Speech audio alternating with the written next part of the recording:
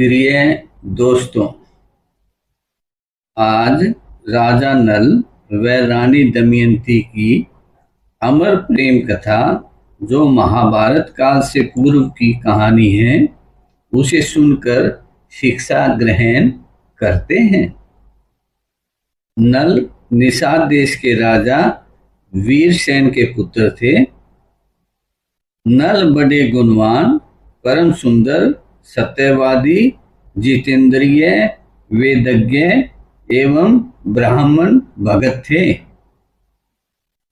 जुआ खेलना उनकी कमजोरी थी। इस जुआ खेलने के कारण ही उन्हें आगे चलकर बहुत कष्टों का सामना करना पड़ा। दमयंती विदर्भ देश के राजा भीम की पुत्री थी। राजा भीम ने दमन ऋषि को प्रसन्न करके उनके वरदान से 4 संतानें प्राप्त की थी, 3 पुत्र व 1 कन्या। दमयंती लक्ष्मी जी के समान रूपवती व गुणवान थी। देवताओं व यक्षों में भी इतनी सुंदर कन्या देखने में नहीं आती थी। एक दिन महल के उद्यान में नल ने कुछ हंसों को उड़ते देखा। उन्होंने एक हंस को पकड़ लिया। यह वही हंस था जिसने पिछले जन्म में घोर तपस्या कर श्री हरि से वर प्राप्त कर इन दोनों को मिलाने का वरदान प्राप्त किया था। हंस ने नल से कहा, राजन, आप मुझे छोड़ दीजिए। हम सभी हंस यहाँ से उड़कर विदर्भ देश में जाकर दमयंती से मिलेंगे और आपके यश व गुणों का ऐसा वर्णन करेंगे कि वह आपको ही वरेगी। यह सुन राजा नल मन में बहुत प्रसन्न हुआ और उस हंस को छोड़ दिया। यहाँ से वे सभी हंस उड़कर विदर्भ देश में गए, जहाँ रानी दमयंती के महल का उद्यान था।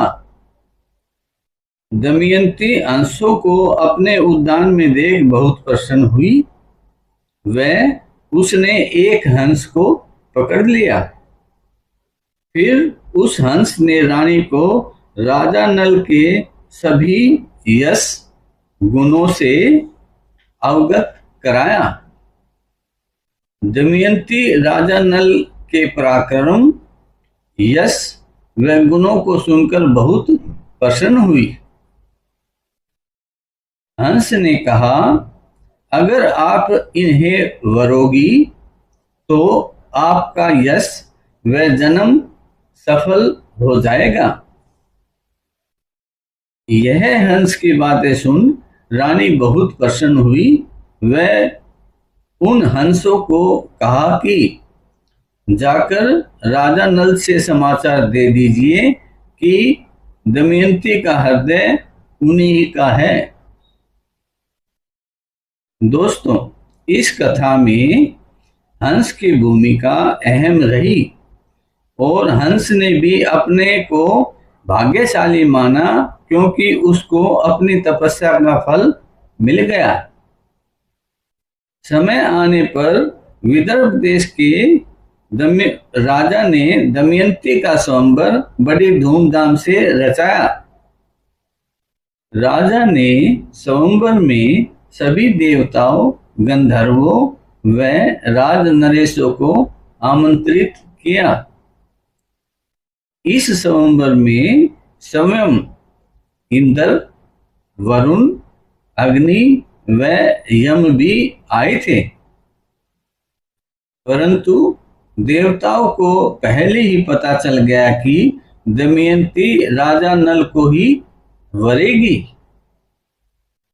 तभी देवताओं ने अपनी योग माया से नल का रूप धारण कर लिया, ताकि दमयंती असली नल को पहचानने से भ्रमित हो जाए। परंतु कहते हैं कि जिसका इष्ट मजबूत होता है उसका अनिष्ट कुछ भी नहीं बिगाड़ सकता।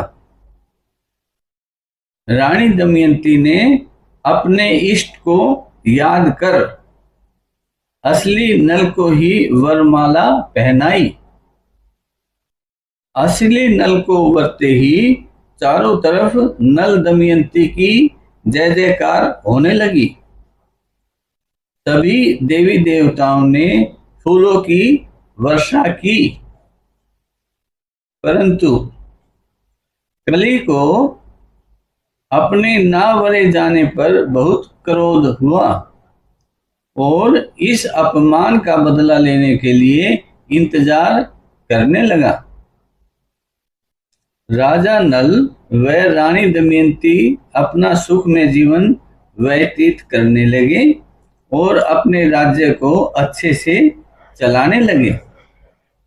उनके राज्य में प्रजा बहुत प्रसन्न थी।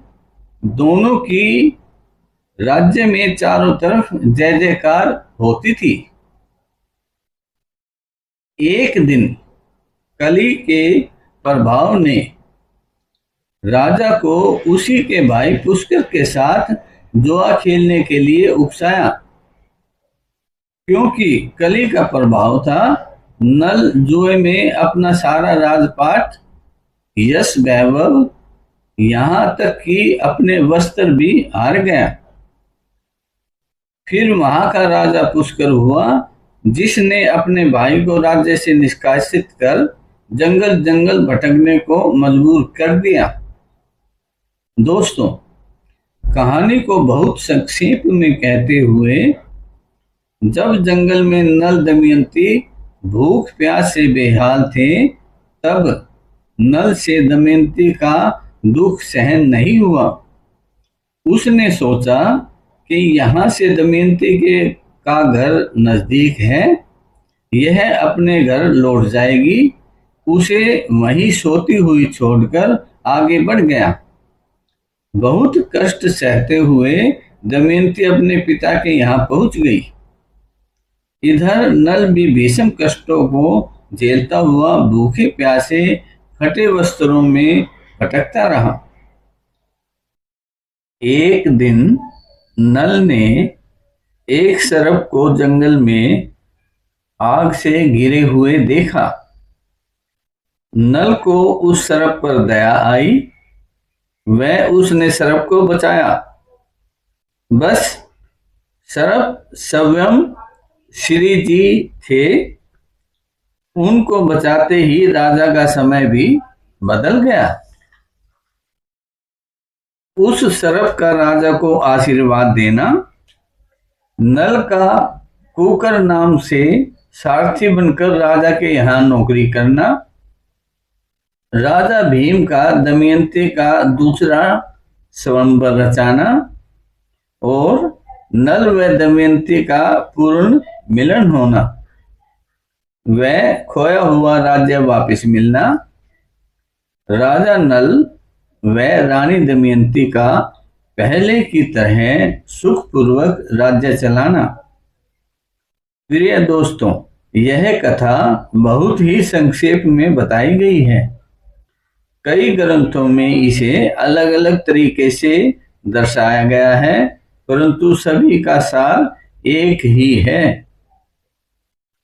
इस कथा से हमें यह शिक्षा मिलती है कि कष्ट के समय धर्म बनाए रखना चाहिए, कर्म में विश्वास रखना चाहिए और सृष्टि रचयिता के प्रति विश्वास डगमग नहीं होना चाहिए। बोलिए सृष्टि रचयिता की जय। बोलिए सृष्टि रचयिता की जय।